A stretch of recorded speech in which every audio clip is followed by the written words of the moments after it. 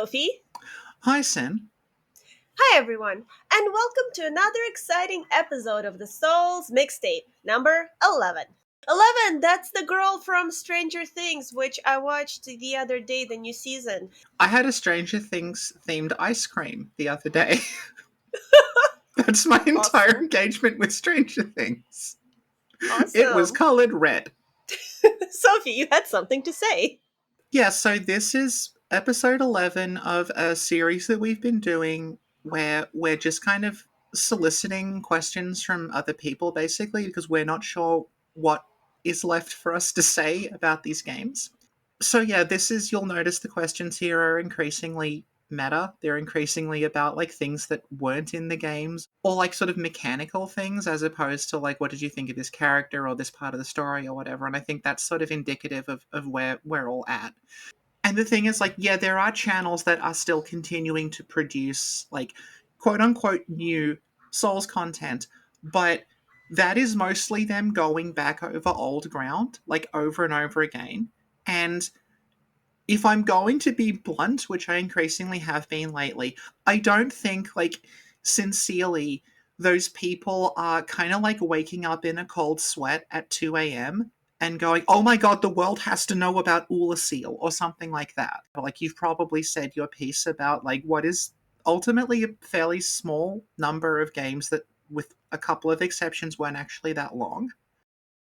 So the second thing I want to touch on, and it's just something that like has I just wanted to make it clear that like I do take this seriously and it does matter to me, is that occasionally like we've um gotten very deep into something from one point of view, and as a result of that, like we've maybe not addressed other aspects of it that aren't intersecting with that point of view. And I know that like some people have felt like there's just things that maybe we've left out, perspectives that haven't been taken into account, dismissive of certain perspectives and things like that.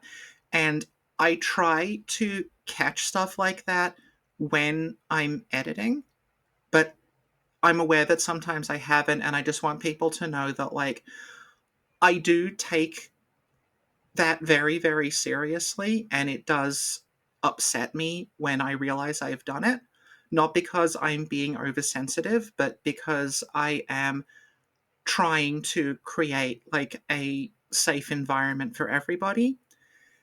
And I know that the Souls community, particularly in the last few years, has been a toxic hellscape. And if someone was trying to get away from that and came here and then felt like their own perspective wasn't being listened to, I'm really sorry about that. And I am taking criticism on board and trying to incorporate that into what I'm doing going forward. So that's all I wanted to say. So, let's start with the mixtape. Question number 1 is from Truth, double O. I just listened to all the mixtapes back to back. I noticed they don't say I'll listen to your 5 Hour Reborn Season 1 analysis. So I'm a little disappointed, Truth. And wanted to add an Elden Ring question. um, is there a lore reason for the giant tombstones jutting out of cliffs all over the world? And for the skulls and not other bones scattered on the ground all over the world? Or are the tombstones just convenient platforms to drop down and the skulls are just fun occasional helping of bonus runes? This comment's actually from 9 months ago. I only just noticed it then. And Truth with two O's. Truth is a channel that I've actually watched a fair amount of because he used to do videos on Dwarf Fortress and videos on other roguelikes. And like I watched those, and suddenly seeing his avatar and name pop up in our comments was a bit of an oh, there he is. If you like Dwarf Fortress and roguelikes and stuff, and he also does like anime reviews and things, you can check out The Truth. So, as the resident Elden Ring expert, here are the possible explanations for this question. Okay. As we know, the world is fracturing, right? So logically, you'd think it's also fracturing on a physical level. So things are sort of being like teased apart. So like Mm-hmm. if there's some skulls buried somewhere and the world is like tupu tupu tu, you're gonna have a grave or two that's being upturned Yeah. and a skull or two that's just like rolling around. Why no other bones? Because the bears ate them. But for the graves, it's for the graves, it's That's the because kind of like completely misplaced confidence that other channels bring to just every brain fart they have. Maybe this is when we get popular. there are bears in Elden Ring. Okay, I'm putting all the Yeah, I know. elements together. My fiance found the bear. Yeah, and then got This is copyright true. claimed. Yes, yeah. If you remember when the Elden Ring network test came out, there was some articles published about a YouTuber who had figured out how to break through the barriers they'd put up in the network test and explore the rest of the game world, and she found a bear. I'm engaged to that person now.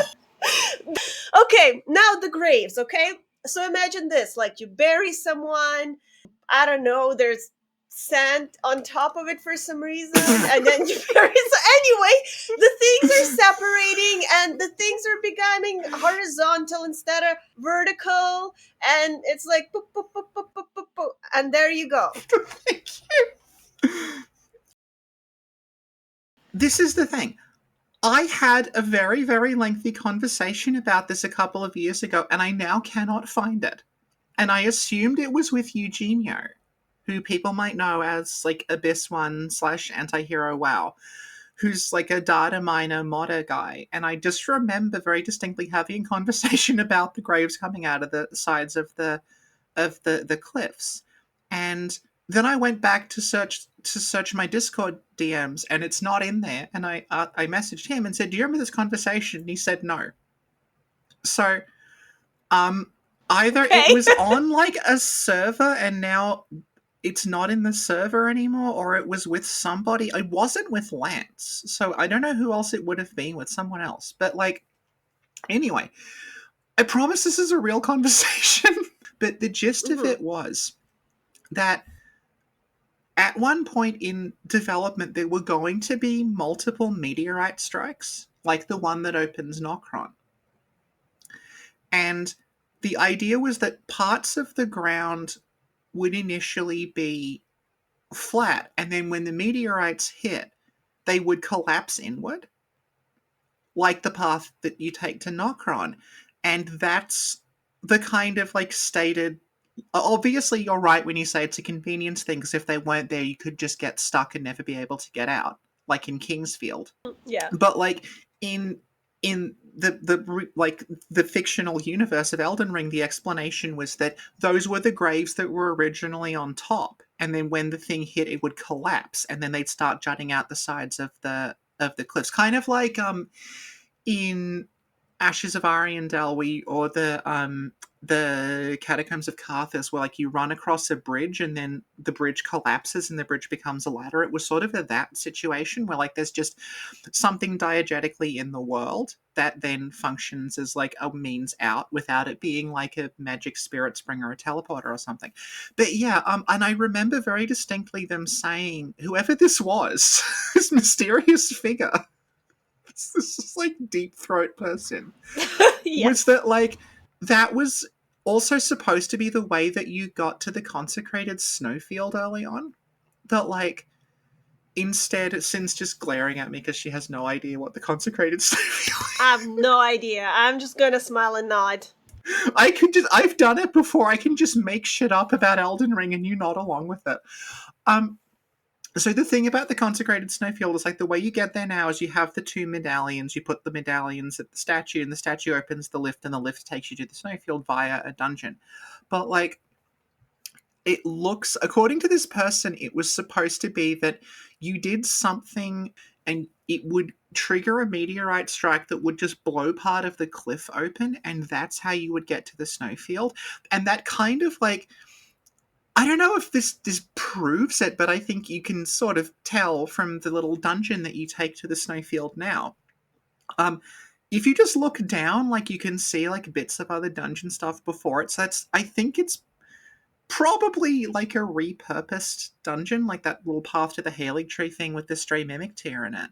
So again, I don't know. I cannot find this conversation, but I swear it happened. But like, yeah, the within the way it was explained to me was they're jutting out the sides of the cliffs because they were originally on the surface and they would fall inward. And I guess you can still say that because shit from space is constantly hitting the lands between anyway. So presumably that all just happened off screen. Yeah, okay.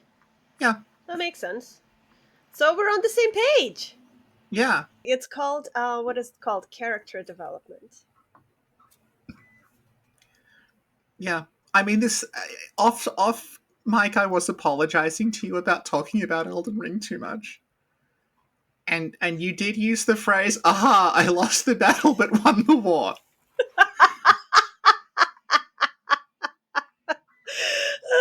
Thank you, Sophie. The next question is from Rudden Dave. Really enjoyed the discussion here of dropped, reshaped plot lines and designs. Can I ask you for a future episode? Do either of you have favorite dropped or alt versions of a concept from these games? Um, okay, let me think. I really like. Okay, this is like old, and I'm only having like remnants of it. I don't quite remember everything, but remember in Bloodborne? And I don't know if this is true or if it's something you came up with, but remember how we found the casket, doll's casket with the flowers? I think it was before the DLC. And Yeah, then yeah, there was an yeah. idea that there was an apprentice there, and somehow he was in love with the Yeah, doll. Like yeah, that yeah, whole triangle. yeah. That was my favorite. I don't remember it exactly, but it still lives in my heart. Do you remember Okay. it?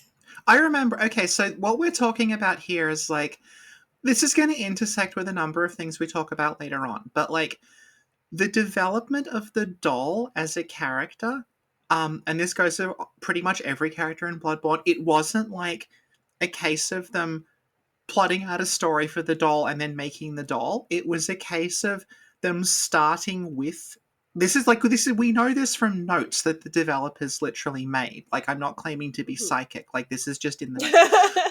So as a result of that, there's a lot of stuff about the doll that is no longer in the game but is in the files. And so the thing people probably know best, I think, is an item called Doll Repair Kit. Mhm, And it's just like a box of like doll parts, like eyes, and like we don't know what it would have done. It's called Repair Kit, mhm. so presumably you could use it to repair the doll, whatever the fuck that means in context. You could do Yeah. something to repair the doll. And according to, according to Lance, that item was found in Canehurst. So even back then, in this like whatever version of the story that eventually became Maria, it was something to do with Canehurst. And like you can tell, like God, I talked about this a decade ago, which is horrifying to think about. But like you could tell even before there was a Lady Maria, you could tell just from the doll's design that she was something to do with Canehurst because there's all these Mhm. Canehurst motifs in the way, like in her dress and in her appearance, in what she does with the blood and everything. She's clearly something to do with Canehurst, but they kept vacillating on what it would be. So that's kind of always been there. But then there's the story of the apprentice is like really interesting because you'll notice that there's no actual references to Maria at all in the base game without the DLC. Like there's none of them. The closest thing you get is a reference like Gurman had an apprentice. That's it. And you'll notice that like when Gurman is asleep and he's having his like nightmare thing where he's talking to himself, he never calls out for Maria. Like he calls out for Lawrence, he calls out for Gurman, he never mentions Maria once, which is like retroactively kind of weird if he was meant to be obsessed with her. So basically, in the base game, you've got all this stuff about Gurman's apprentice, and you have this like implied relationship with the doll where like the doll is praying at the grave that's kind of implicitly identified as being Gurman's apprentice. But there's no reference to Maria and there's no reference to the apprentice being like from Canehurst. And the other weird thing is that as far as the game is concerned now, Gurman built the doll. But again, base game, no DLC. It doesn't really say that. Like you'd think, like you can intuit that Gurman maybe built the doll because he's good with machines and he's good with like making these very intricate mechanisms. Like he's the one who designed the transforming weapons and everything. So okay, like um it's not out of the question that he could make like a very realistic ball joint doll. But it's weird that it never actually settles on that. It just only ever says like the doll's creator did this. So you have like the apprentice, the doll's creator. And also like base game, no DLC, Gurman doesn't seem to like the doll that much. There's no sense of like he's like yearning for her or something, which you would expect if he had built her. Like it's sort of it makes sense logically now that it's sort of been patched over, but if you remove the DLC from the equation, it almost seems like there's a different story somewhere in there where like there was Gurman's apprentice, and there was a lady that the doll was based on from Canehurst, and then during development, those two characters got mushed together to make Maria. So it went from like the three-person story to there's Gurman, and then there's Gurman's apprentice, who is the lady the doll is based on, who is from Canehurst. So it's like it's the characters kind of got consolidated in Yeah. the same way that like Gurman himself is sort of like he's a mashup of multiple characters that were cut but still needed to have functions in the story for it to work. Yeah. And we did a little trailer of that story, a little imaginary trailer. Yeah, Yeah, we could link it yeah. below. Is that the one where I'm But Gurman? yeah, I Yeah. think you're everyone in that one. Okay. No, no, Sin. I haven't Oh, answered the there's question. more. Oh shit. I haven't Okay. answered the question. Sin, Oh, okay. Sin, Yeah, you yeah. think so little of me. I have a top five. Fuck my life. Okay. Yeah. Go ahead. Okay, so we just had a very long discussion about Bloodborne, right? Despite everything I've said about like stuff that was cut from Bloodborne, I think that the version of Bloodborne that we ended up with is probably like the best version we were going to get. Because I I get agree. the yeah. Because like as much as like we were saying with regard to Gurman and the doll and stuff, as much as there's things in that game that were cut out and rearranged in a way that like if you stare at it really intently and sort of try to puzzle it out on a totally logical level, it maybe doesn't quite make sense in the way that it should. But I also think that like if they had more time to do it and they went back to quote unquote fix it, would they then have ripped out some of the things that make the story work, like in an attempt to make it make more logical sense? What if they cut this? What if they also cut this? So when I talk about like things I wish that they had, I wish that they had gotten the moon effects working because there's stuff in the game that is still in there. It doesn't work properly anymore, but it would have allowed like the moon effects, like as in the time of the night and everything, to affect the world around it, kind of like World Tendency and Demon Souls. Yeah, and that is down to again, this is an as far as we can tell, but we did actual research, we're not spitballing kind of thing. The initial version of it, as far as we can tell, there's like one big dynamic map that has all these like weird things that can change on the fly. As far as we can tell, like it actually did work at one point, but there was some technical limitation that meant they had to basically brute force it like it is now. There's like a bunch of weird glitches you can do with like getting maps to load in a different order that sort of screws things up. But yeah, like that, I wish they had done that. I also wish they had got Chalice dungeons working in the way that they wanted to. There's a bunch of like on the disc, but you can't get to them unless you have a save editor Chalice dungeons that are just way more complicated. And we talked about this a little bit last time with regard to Ace and Lauren, but there's also this stuff where like you can do way more rituals to like affect the dungeon in different ways. And there was like there's one actually, they mention it in the strategy guide that there's a spider ritual you can perform that makes the enemies into spiders. And you might think, where the fuck is that? That's the Rom dungeon. The dungeon with Rom in it is like that's the one leftover example of that. Like that's just that modifier being applied to a standard dungeon. So there's all of this like Chalice stuff that like it feels like they just had like a really ambitious, really interesting, complicated idea of how the chalices would work, and they just kept scaling it back to the now it's just like a side story thing you can do if you want to, or you want to get stronger items or something. But yeah, I wish that had worked, and I'm kind of like I'm kind of disappointed that Elden Ring didn't do a random dungeon. Yeah, that just felt like it was a prime way to do random dungeons again, and they didn't. So I wish, yeah, they had done that. So, number three, this is for Dark Souls 3, and it's literally anything involving Lorien and Lothric. Because, Oh, yeah. yes, Sin, how do you feel about Lorien and Lothric? No, no, Good? tell me. Yeah, yeah, yeah, Yeah. tell me. I want to hear Okay, this. because Lorien and Lothric are presented, particularly Lothric, they are presented in, like, the way people talk about them as, like, this is really fucking significant. That, like, the guy who's supposed to be the one who links the fire has barricaded himself in the tower and is refusing to link it.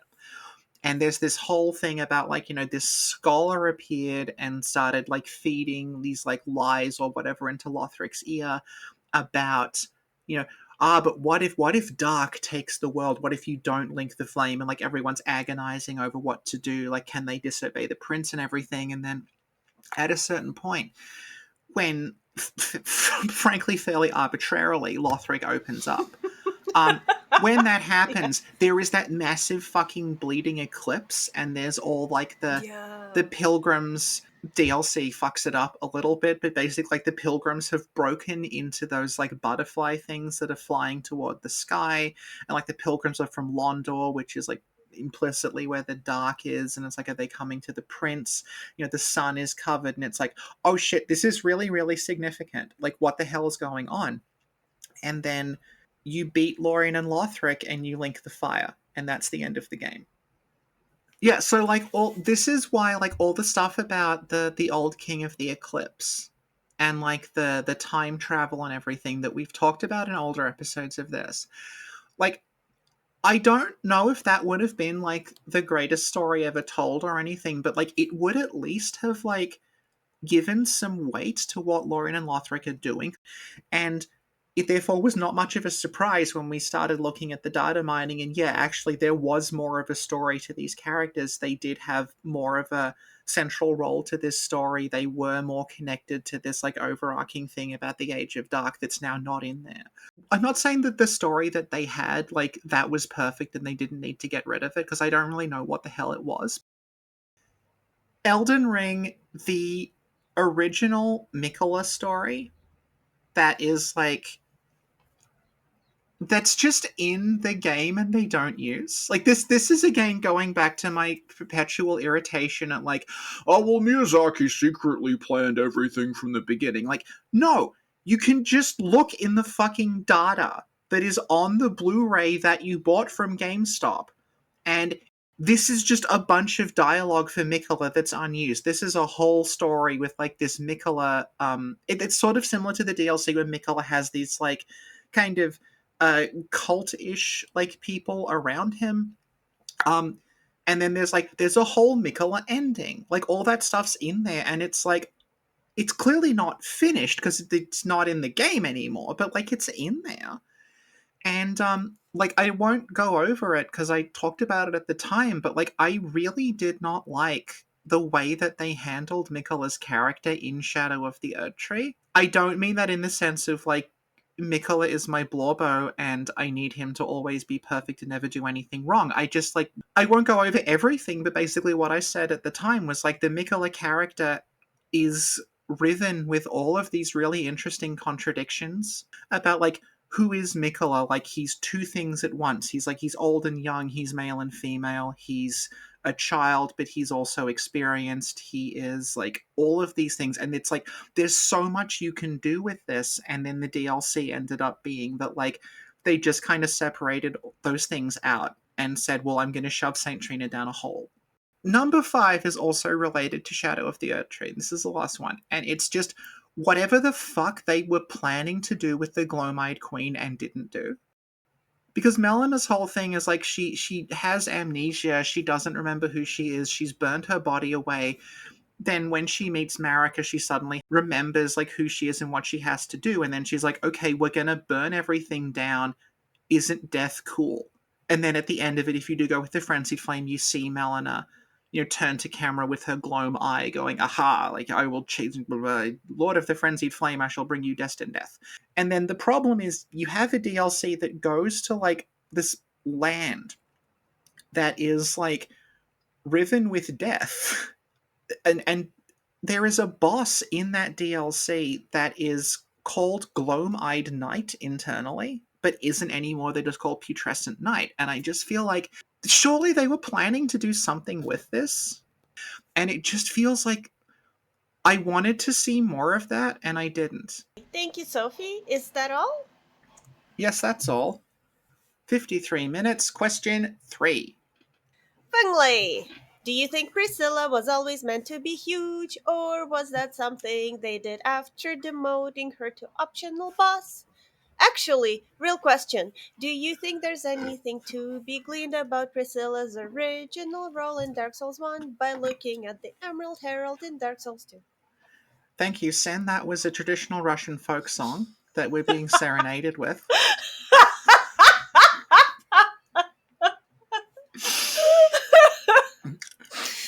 Um, okay. Okay. So in the art, the concept art, she's Yeah. not huge, is she? I'm trying to remember the original concept art. No, but okay, this is the thing, right? I think you can definitively say she was always meant to be that big because she. Do you know about the Priscilla used to be like a firekeeper kind of story? I Yeah, probably do, but yeah, yeah. So Priscilla initially was conceived as being like a maiden in black style figure who would like level you up and stuff. Like Fingly is saying. Fiengly is saying. So the thing about her being huge is like she has a bunch of unused animations from when she presumably was still like this helpful character. And one of them is she kneels down and she kind of like puts her head on her knees so that she's eye level with you. And that animation only really makes sense if she's gigantic because she's like lowering herself to your height to talk to you. So I think it's fair to say, yes, she was always supposed to be giant. but how does Emerald Herald? Oh, because Emerald Herald with the is also a dragon. I'm Oh sorry to break no, this I to used you, to but like your her. your favorite Dark Souls game, the lady that levels you up Has is a part fucking dragon. dragon. Yeah, I'm I sorry. thought Dark Souls 2 had zero dragons.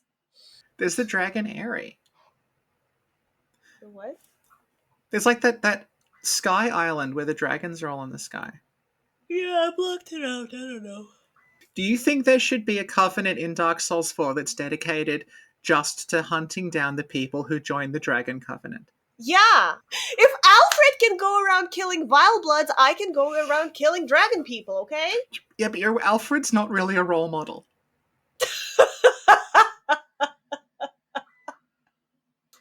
So Sophie, okay, so Emerald Herald, part dragon, the whole feather thing. But then how does it relate to Priscilla though? Because Priscilla's half dragon. Yeah. I don't but I mean if because I think what they said is think of Dark Souls 2 is happening on a different continent, right? Yeah, sure. I think the creator said that at some point to try and justify it. But I think this was Shibuya. This is the thing about it having two directors. That like, I think this was Shibuya, but he basically Okay. said like, if Dark Souls took place at the North Pole, this takes place at the South Pole. Like, it's an unrelated Okay. story that's happening in the same world at some other point. Okay, okay. Yeah, so if it's happening in the same world, they could be like cousins. But Okay. other than that, because it's supposed to be like in a different place, I don't think they're technically like related at all. No. But then Dark Souls 3 comes in and they're like, Yoshka. fuck. I don't know. Ah, But I think it might be yeah, worth looking at Yoshka, because I think like yeah, Yoshka's yeah, Yoshka's probably like the attempts to do Priscilla 2.0, but that also ends up not really mattering because they just stick her in a tower and have her level up the Dark Moon Covenant. Like, for yeah. reference, I've shown this off a couple of times, but Hmm. like there's a ton of unused Yoshka stuff that we don't quite understand. Where like she Was is it the dirty moved. dress? Did she have the dirty Okay, dress? yeah. Well, there's Yoshka's dress is like an item that mentions, like, if you look at it, it mentions that it's like it's stained gray from her prison cell. And like she's kind of imprisoned now, but she's imprisoned in a tower, right? But then like there's sort of this thing about she may have been in a prison cell. There's multiple instances of her in Cathedral of the Deep. And there's like a little balcony at the back where you get that spear that's not very good. Like she can Hmm. spawn there. And there's like if you look at the map of Central Yharnam and Cathedral Ward in Bloodborne, there's like a little like box that's underground. That's where the Willem Lawrence cutscene happens. Like they don't do it by loading the whole Bergenworth map because that's a waste of resources. So they make like a little underground chamber basically, like a set with just like the stuff you'll see in that scene, and they have the Lawrence Willem thing play out there. There's something like that on Road of Sacrifices where there's like a little kind of like box off to the corner, and it's got Yorshka and some evangelists in it, and it's like, was this supposed to be a cutscene? Like, was there a cutscene of Yoshka being led around by the evangelists? And then the way that you talk to her, and like she weirdly appears to have like a similar backstory to Priscilla, or at least like the popular theories around Priscilla, where like Priscilla famously, like, she's one of the most opaque things in the game, and I don't think there is supposed to be like an actual serious, like, legitimate answer to who Priscilla is. She's just meant to like stand in for the gods did something very, very wrong, and you're not supposed to know this person exists. And like that leads to a theory that like Priscilla is Gwyn's child, or one of the gods' child, or possibly Seath's child with Guinevere or something like that. That there's some sort of like union that wasn't supposed to happen has resulted in Priscilla. And then like Yoshka almost talks about herself in a similar way, where like she's very draconic looking, like she's got the scales and everything. She looks like a tiny version of Priscilla. But then she talks about, yeah, Gwyn is my father, and she calls Gwendolyn brother and stuff. So like she's related to them, but you think this would be more significant. So she just comes across as like they were trying to do Priscilla again, and they didn't work out again. And then we talked about Yeah. this at the time that Filianor also ends I up with knew like I what? was Yeah, forgetting another one. yeah, Yeah, yeah. There's also yeah. filling over the fucking egg. Yeah. But like Filianor's story, it weirdly seems similar to Yoshka's story, because it's like that you get Yoshka's spear from the Church of Yoshka, and the spear mentions that like there's like an enchanted sleep has been cast upon stuff, and then that doesn't go anywhere. But then in the DLC, turns out Gwyn has another daughter you've also never heard of, and she has a church and a spear, and there's an enchanted sleep. So it's like, Yeah. was this supposed to be what Yoshka was? And then they Yeah. made her into just the lady that levels up the Dark Moon Covenant. But like she's also like she's written similarly to Priscilla in that like there's a read on Priscilla where she's incredibly naive. Where she's like, oh, this land is peaceful, its inhabitants kind. Like stuff like that, which is clearly untrue. It's full of fucking monsters that are trying to kill you. Yeah. And like some people read that as like Priscilla's being completely sincere, and she's just been locked in that tower for so long that she doesn't realize what the rest of the painted world is like. Like she's just basically repeating something she's been told about, like, yes, Priscilla, this world is peaceful and kind, and you just wait in this tower that Ariamis made for you. So it's like, is Priscilla just believe that? Like, does she literally not know what's happening outside of that door? Because that's entirely possible. And like Yoshka is similar, because Yoshka's like, oh, you showed up here. Are you a bird? Because only birds can fly. So I don't know how else you could have gotten here if you're not a bird. And like if you take that as a similar sort of naivete about how the world works, which is weird because she's been like locked in, she's seen like her family's control over the city usurped by a giant slime monster, but also doesn't know what a bird is. It's weird. Listen, recently, how can I say this without I I work with people. Yes. I'm just replaying the instances in my mind. And I'm like, you know what? I'd rather fucking work with Yorshka. Like, anyway, so maybe she's just a really silly goose. Well, Yeah, and the other thing is like going back to Dark Souls 2, when you're going through the Shrine of Winter, there's this like relief on the wall of these like robed figures and a massive dragon. And it's also used in Shulva, and if you take the Shulva thing literally, it stops making sense. But we'll just assume they wanted a cool door in Shulva. But like in the Shrine of Winter, it looks like there are two kind of adult figures and like a shorter figure that are like addressing a dragon. And I do wonder if like at whatever stage of development they made this mural, that's supposed to be Vendrick Aldia and the Emerald Herald, because and like them talking to the dragon is like them because she's tied to the dragon somehow. So I think there's probably something there. But also, she was a slave that was sold to you by the character who later became Smith Gilligan, and she has a feather, and Estintia the bird, which is in another episode of this. And to answer your question, Priscilla was always very tall. Thank you. thank you, Sophie. Okay, the next question is for Mysterious Pair 802. Do y'all think that these Soulsborne games actually have these huge complicated stories that are purposely hidden from the player? Or is it more likely that FromSoft creates a vague outline for a story that just ends item descriptions for fun world building?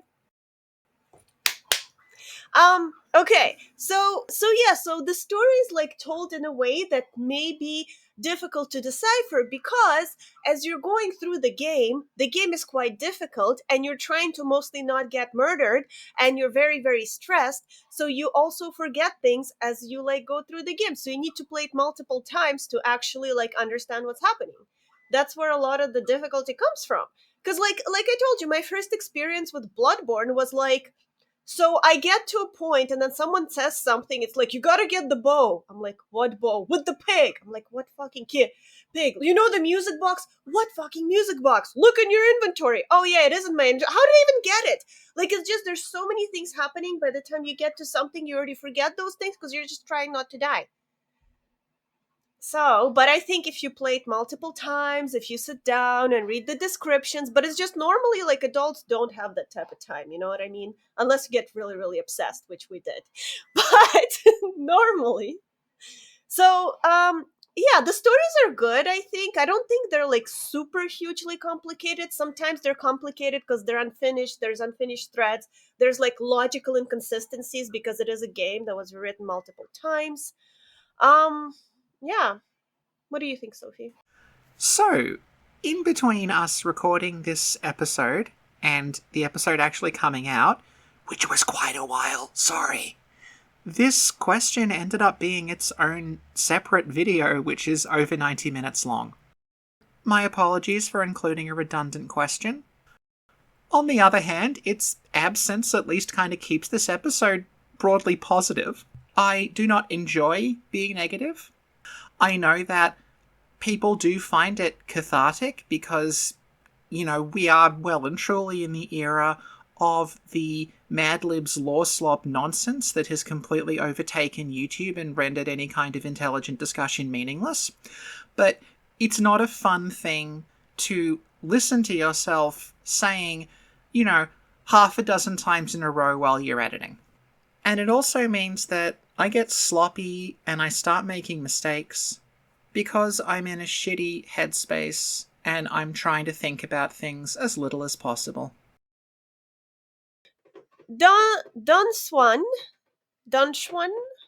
says, "Did you guys hear about the poop NPC in Merg's Loft? What are the lower implications to this? I don't know why that's Don's accent. I don't know what accent that is.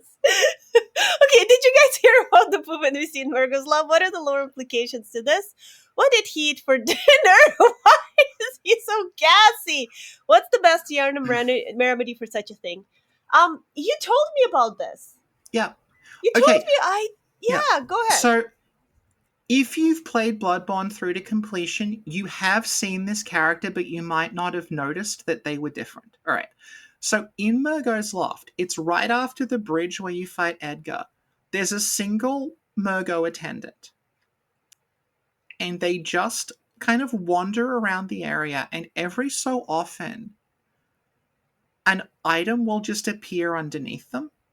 So the items that can appear, right? This is the official data mined version. So this is what they can do. 30% of the time it's an antidote. 9% of the time it's a beast blood pellet. 30% of the time it is cold blood due 1. 20% of the time it's cold blood due 2. And 20% of the time it's cold blood due 3. And then 1% of the time it's a blood dreg. And that character is internally referred to as Toilet Man. So this is not like a weird glitch that happens. Like, someone specifically added Toilet Man, who, as far as the implication suggests, is just shitting out items all over Murgo's Loft. Yeah, and the thing about this is that there's also in Murgo's Loft, this is one of the few instances of this happening. There is just an item on the ground with no context to it. Like, it's not on a corpse, it's not on a table, it's not in a chest, it's just there's just an item lying there. And it's a beast blood pellet, which is one of the things the Toilet Man can drop. So it's like, is the Toilet Man the source of the beast blood pellet in Murgo's Loft? Because he can drop them. So if you've ever been playing Bloodborne in Murgo's Loft and you're offline and just weird items suddenly are on the floor, there's just like a blood dreg or something in the little area after Edgar, that was the Toilet Man. Thank you, Sophie. That was the toilet man. There's the Slender Man. There's the toilet man. Okay. Do you want to do Michigan or is it too long already? No, Sin, what did he eat? What did he eat? Oh, fuck. What did he eat? What did he eat? What did he eat? Oh my god, I feel like there's an answer for this. Wait a minute, does Yarnum even have food? Do we encounter food in... No, but like actual food, like cheesecake. There's a feast at Canehurst. There's a feast at Canehurst. Yeah, but we're not talking about... Did I say Canehurst, ma'am? Did I say Canehurst? Yes. I said Yarnum. Okay. Yarnum! Do we actually encounter any fucking food in Yarnum? Like, I know there's a supposedly some alcohol in that place. No, they drink blood. But, like, they can't sustain on blood. That's nearly not enough calories. Okay, so there's evidence of them hunting rabbits in Forbidden Woods, but as we're saying, that's not in Yarnum. No, that's not in Yarnum. I asked you a question. You're like a witness on a stand that's trying to avoid the prosecutor. So no, that's not gonna work on me, Sophie. So, I need you to tell me, did you or did you not encounter food items in Yarnum? I do not recall. Do you have memory problems, ma'am? You recalled everything else fine, ma'am. Every detail, even what the poopman poops. And yet you can't seem to recall if there's food in Yarnum. Is that right? There are pigs in Yarnum. They could eat pig. Is there evidence of them eating pig? Was there a pig feast in Yarnum? I love Miyazaki's storytelling was there style. roasted pigs in Yarnum? And we know he loves ambiguity. Ma'am, did I ask you about Miyazaki's storytelling? Which means that the answer is whatever I feel like at the time. Ma'am, and I it did will not change ask you every about time I his need a style, new sponsorship. Ma'am, Your Honor, the hostile witness... No, allow me to treat this bitch as a hostile witness. So, I don't think there's any food in Yarnum. I think you're right. I think there's the sound really of food. Up. There's the sounds of people having like parties and stuff indoors. Okay, so maybe all the food is indoors. Well, yeah, because I it's a mean, fucking hunt. but like even any evidence, like a rotten apple on the floor, like a wrapper of something, A just wrapper. like a wrapper. Well, a plastic wrapper. It's Yeah, just yeah, like, like I mean, there's the Heineken bottle in Dark Souls 2. Anything's possible. yeah, yeah, exactly, like the Heineken bottle in Dark Souls too, like anything. There's this Russian song Yeah. about rabbits who, um, what do you call this when you do this to the grass? Scythe. Yeah, scythe the grass. Like German. So no, yeah, Yeah. sperm and a rabbit. He can jump pretty high. Wait, what are the lyrics of that? Okay, okay, maybe this can be in Bloodborne too. In the blue woods out there, where the aspen tree trembles, where witchy old oaks shake off leaves in a glen, there were grass mowing hares. Okay, so no rabbits, hares. At the hour of midnight, humming strange tunes in the shadows as if under a spell. That's pretty cool. Oh my god, somebody translated it and made it rhyme! Oh my god, who did this? It was Hidetaka Classic Miyazaki himself, and this was part of the conspiracy. This is the true history philosophy reel of Bloodborne, finally at last true story explained reel. Anyway, the point is the bunnies are like, we don't care if we're afraid of like the owls and the wolves, because we have a purpose. We're gonna like scythe the grass. Okay. It must have a deeper meaning. But I don't know, it's like 50 years old. Okay. 50 years So old. I It's don't from know, the it's old. It's from 1975. Maybe, yeah, or 85. Okay. It's like an old ass song, like Okay. from this old ass movie. Anyway, What okay, movie? so the movie, I think it's from Бриллиантовая рука. You were explaining it to me like it's like an old folk song, and then it's like, no, it's a movie from the 70s. It's from Diamond Arm, where there's this guy who, I think he goes on vacation, and then he falls down, and like something happens to his arm, right? Right. And then he wakes up with a cast.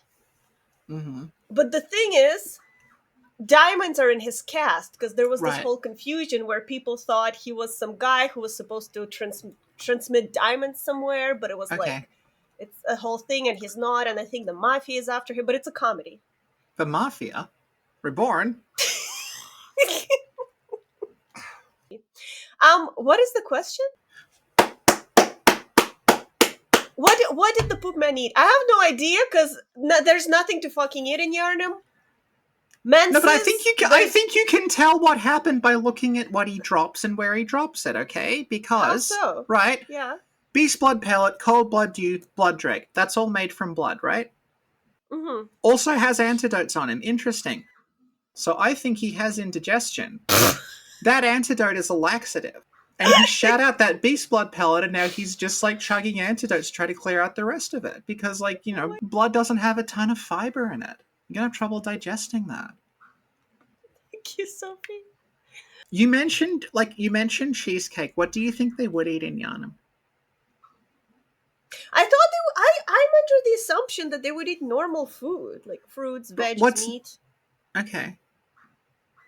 Maybe like, like a there's processed lasagna there at doesn't say Costco. wait, they have a Costco. They have everything has a Costco, That's true. and an IKEA. See, like if we think about this for a second, Yarnum doesn't have any space in which it appears to grow fruits or vegetables or grain. Well, no, there's trees. There's Yeah, they're going to feed the garden. city. It's just not the season. That's why they import them. Oh, they're out of sight. No, they pretty sure they do import the food because there's all these like dry docks and aqueducts, and it appears to be coastal. So I'm guessing, yeah, people do come here and trade, and that's where the food's coming from. They used to trade with the fishing hamlet, but something went wrong sometimes. Yikes! Yikes!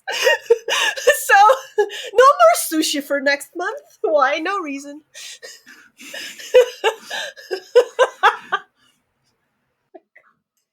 Okay, so are we doing the last Yeah, question or are we okay. skipping it? So Sin, Yeah.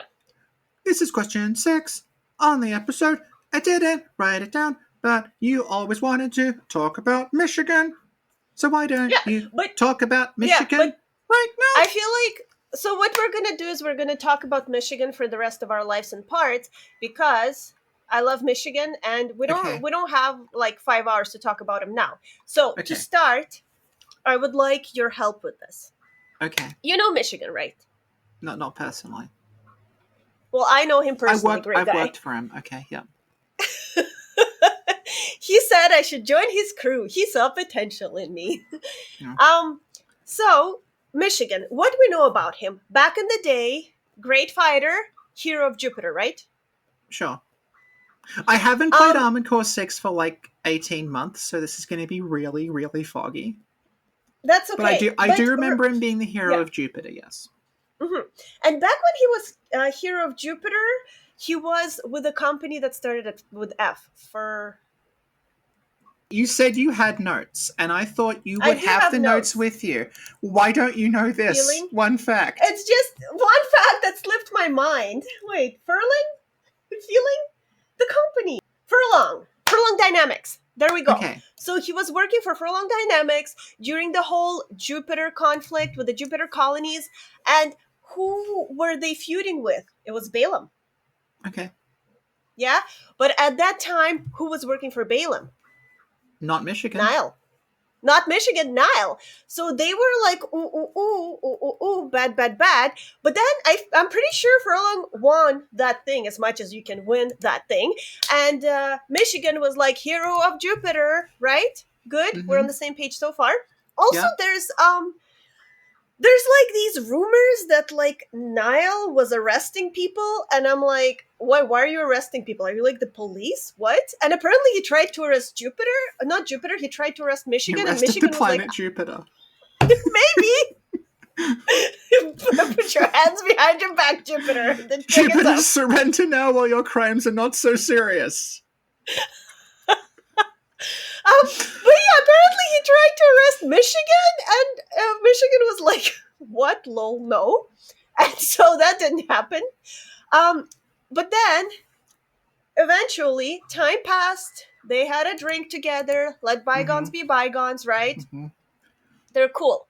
Now, another thing we have to remember, right? There's Balaam Industries, which is a subsidiary of. Oh my god, I know this. Of, I'll tell you right now. Defang, right? Yep. Yeah. Yes. And then there's I had this written down. I'm bad at corporations. I'm sorry. They all look the same to me. What's the other corporation? There's a lot of them. Aqueduct? No, Archibus. Archibus. Yeah, Aqueduct. Yeah. Um, Archibus, which is affiliated with Schneider Corporation. All right. Yeah. Anyway, so Balaam and Archibus, they're fighting, right? But for people who play, Just for imagining people, you, it's like you're like spying in Armored Core. Yeah, it's this is a V8 Sin. I'm with Aqueduct, Archibus, whatever. That one. yeah, that one. But okay, but for people who played Armored Core, they get the vibes that Balaam is always like a little bit behind Archibus. They're always kind of Yeah. losing to it, right? I Yeah. think Balaam kind of sucks a little bit. And on top Oh. of it, no, additionally, I have additional proof. So, if we look at, for example, the team at Archibus, right? That was led by, was it led by Freud? I guess technically, Well, he's ahead of the right? Vespers. Snail, Yeah. yeah, Freud. Anyway, that team, if you look at Allmind's ranking of them, Freud is like ranked 1S, which is like max, which is like way Yeah. out there, right? And then Snail ranked 6A, whatever it is, but it's still up there. And then even O'Keefe is like 12B, Rusty is 9B, good numbers. Now, if you look at freaking Balaam, Even Michigan is like 2S, so not as good as the head of the other team, right? Yep. Freaking Nile is 7A. And it's like Nile is actually like essentially Michigan's right hand, so he's supposed to be like a 3, and he's not. And then we'll look at Wu, and he's freaking 22D. Like, come on now, 22D, that's unacceptable. I wouldn't let him in my squad. Freaking G4 Volta, 17C. That's like subpar numbers. Iguazu, who thinks he's the best, 19D. So it's like Balaam is kind of like bottom of the barrel with their like red gun squad, right? So what I think that's happening is that Balaam's red gun division, that's what they're called, right? Red guns? Yeah, they're called the Red Guns. Okay, phew, I got that right. Thank God, that would have been embarrassing. Yeah, it's not very good. And Niall is like, I don't know what to do with these motherfuckers. They suck. So I think what happened is Niall called up his good friend Michigan and he was like, hey, Michigan, I know you're retired and I tried to arrest you, but we're friends now. Can you come over and lead this squad? Because they really, really suck. You think you could help me? And then Michigan said, look, I'm really bored. I'm retired. I need a challenge, so I'm going to do it. So I think that's how Michigan got with Balaam to begin with. And I think he actually helped the squad a lot because, as we saw, he knows their names during his boss fight. He's encouraging them. He's not like letting them all die and telling Yeah. them like them to sacrifice themselves. He's actually part of the fight. So yeah, that's my Yeah, little I story, remember Michigan. in the first Yeah, mission you do when you're with yeah. Iguazu and Volta and you go after the dam. Mm-hmm. Like Iguazu leaks secrets to you that he really Mm-hmm. shouldn't, and Yeah. Michigan is just like, "How about you stitch that damn mouth of yours shut?" Like that. But he Yeah. makes it like a joke. He's, "And you ladies start a sewing circle." Because Iguazu could probably just have been like court-martialed for that. Yeah, no, that's the thing. Michigan, I don't know what his reputation is, but his score is he's like he's a good commander, probably a nice guy. And he actually, I think, came out of retirement to help his kind of friend, frenemy, whatever, bestie Nile to get a squad together. And I think they did pretty good with what they had. They still suck though compared to Arquebus, but I don't know, maybe because they don't have enough funding. I don't know. No, but You like know? if you look at like Snail from Arquebus, like he just Mm-hmm. straight up like gets a bunch of them killed through his own actions because he doesn't care about them. Whereas you get the feeling Yeah. Michigan wouldn't have done that. Like Michigan's, No, no, he seems to no. care about the people under him on some level. Yeah, He like yeah, when you're attacking the red guns, he like shows up at the end and then you beat him and he's like, "Oh, I'm yeah. sorry, everyone. Just tell him mean old Michigan died." Oh, yeah. And the reason Yeah, he shows up late is because his suit isn't ready. It's not like yeah, he's waiting. It's like yeah, we, a piece of shit, attack out of nowhere, probably unexpectedly, and he was literally he yeah, came in as soon as his suit was ready. yeah. That's the thing. Like when Swinburne doesn't follow orders properly, he Hmm. gets taken for re-education by Oh my god, Snail, and yeah, then like yeah, there's that later on. Snail will literally just leave Metalink to die while she's screaming, like doesn't know where he yeah, is. yeah. Michigan doesn't do that. No, no, no, no. Michigan, No, and we yeah, actually touched on it on our Iguazu episode. How Michigan literally knows their names, knows their hobbies. When somebody's like too weak or whatever, I'm pretty sure he tells them to like get back, like don't sacrifice yourself. Like yeah. in No, those I think it's yeah. meant to be like Michigan is like he's the old soldier who like kind of cares about camaraderie and stuff, and like you're saying, contrasted to that is archivists who are just like corporate and they'll Hmm. just stab each other in the back to get ahead constantly. Yeah, yeah. Yeah. Also, if anyone's been hearing a weird beeping noise in the background throughout this, and it sounds like the Final Fantasy item noise when you select something from a menu, that's Sin's boyfriend's 3D printer. What is Thank he you. printing? I don't know, but it looks scary. These printers, they're always on. They never stop. They're looking at me. Okay. Ugh. Yeah. Okay. Thank you, Sophie. Thank you, Yeah, Sin. so TLDR, like Michigan's a really nice guy. We appreciate his contribution to Balaam Industries.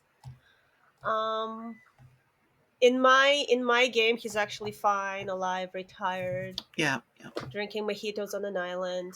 yeah. Yeah, Watching Patton on loop. Michigan is yeah, going to yeah. Michigan. become to us what Velka became to every other channel. Yes, I think so.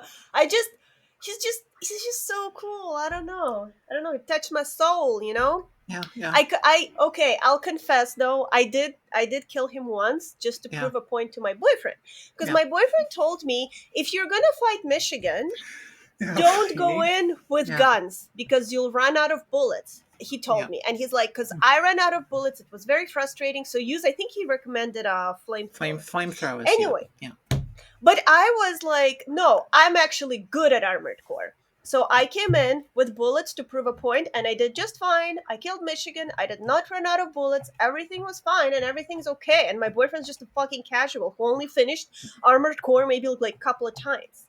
Which is like, I don't even know why I'm with him at this point. Like, how do you do that only a couple of times? You can't even get all the endings. yeah, You need to play it at least 6 times to understand it. yeah. So unfortunately, we don't have footage of that happening. So this will be over footage of me beating Michigan with flamethrowers.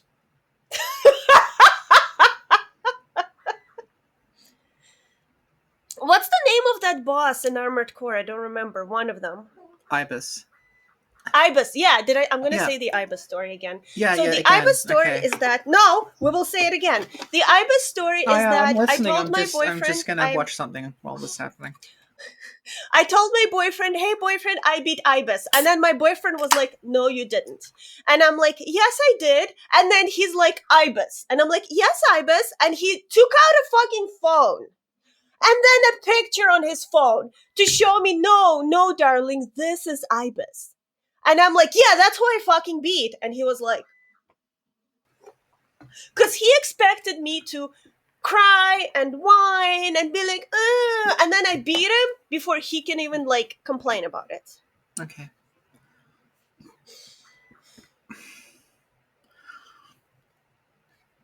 I really like Armored Core I because know. that's a game I can beat. But Yeah, ironically enough, my boyfriend is actually my technician, so he fixes my yeah. Mac. And It so is I the guess opposite of what I thought it was going to be. what? No, because you were saying like at the very start of this, your strategy in the other Souls games was you just leveled up really high so nothing could hurt you, Yeah, right? And I thought, well, you yeah, can't do that in Armored Core. Like, you just have interchangeable parts. You can't really, like, you can add OS yeah. chips and you can unlock kind of stronger parts later on, but it's not like you can farm someone for an hour and then your guns just do more damage after that. So I thought you were Hmm. going to be like, oh my god, which should be more like Bloodborne. Did I tell you the story of So I and those two people on the bridge and I could not parry them and I killed them over and over again for 5 hours every morning for 2 months? And then I finally fought Cleric Beast and I was like, yeah, I got 50 and everything, bitch.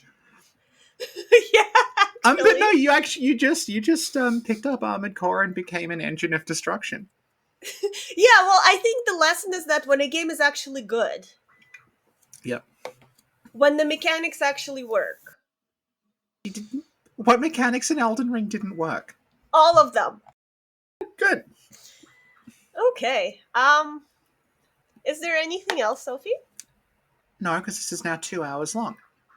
Oh, fuck my life. I know. Okay. All right, Sophie, do It the was two. outro. It was 2 hours long, but it was 2 hours of us actually having a conversation, as opposed to 2 hours of me staring into the middle distance, trying not to name names. Sophie, do the outro. That was Soul's Mixtape episode 11. This is a series where we source our comments on the videos and on Patreon for questions and talking points because, like I said at the start, we sort of. I don't mean this in a negative way, but we said what we wanted to say, and now it's about what do other people think? What other points of Mm-hmm. view are out there that we can discuss? Mm-hmm. Because I have no idea what to say anymore. Um, and And like I said at the start, I don't know how many more of these we're going to do because the questions you can tell are getting increasingly meta, which I think is a sign that like maybe this is sort of running out of steam. So we have enough for like one or two more of these, but I don't know what's going to happen after that. So I'll check the questions on Patreon yeah, because like we yeah, get them sometimes, but sometimes on older threads, so I just like don't see them. So maybe I'll yeah, do another post being like, "Give us your questions." yeah. But I like as I said in the last episode and then cut out because I was worried it sounded too negative, but now I'm like, oh fuck it. Like I Okay, I I don't want to be the person doing what is the story of Ulysses in 2026, and I know that a lot of people will be doing that anyway. So I think it's just your sort of natural place of like we sort of said what we wanted to say, and yeah, it yeah, would be I definitely. like I said in the last episode, I it feels like disrespectful to just go back and continue milking something when it's past the point where you sort of said what you wanted to say. Hmm. Like we know how algorithms work and we know what content of ours does well, and if we really just cared about getting views, we would have just made an Aldrich video every month, but we didn't because we didn't Maybe have a should month. have. No, We no, I the whole still want to do the video. Sofia doesn't want to do. I still want to do a video where we the video is about what is it? The wet nurse and Lawrence in Thumeru. The Queen of Yarnum and Aldrich in like fucking Ulasil. Like but Sophie's like, no. And I'm like, not even as a joke. Not even as a joke. But the I thing is, really want as it would have been an okay joke a few years ago, but now it's just something someone would actually make. This is the secret that connects the entire series. The secret is a mixture of illiteracy and Orientalism. Thanks to everyone who ever left a comment to the effect of, when you talk about cryptids slash anime slash old video games, I really like it because that's giving me hope for the future. Oh my god. Well, thank you, Sophie. Thank you, Sen.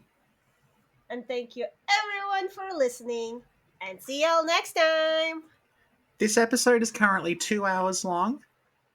If you want, if you want to see all the stuff that was cut out, it's on Patreon, and so are our faces. Patreon.com/SinclairLore. The more you pay, the worse it gets. Yeah, it gets really fucking bad.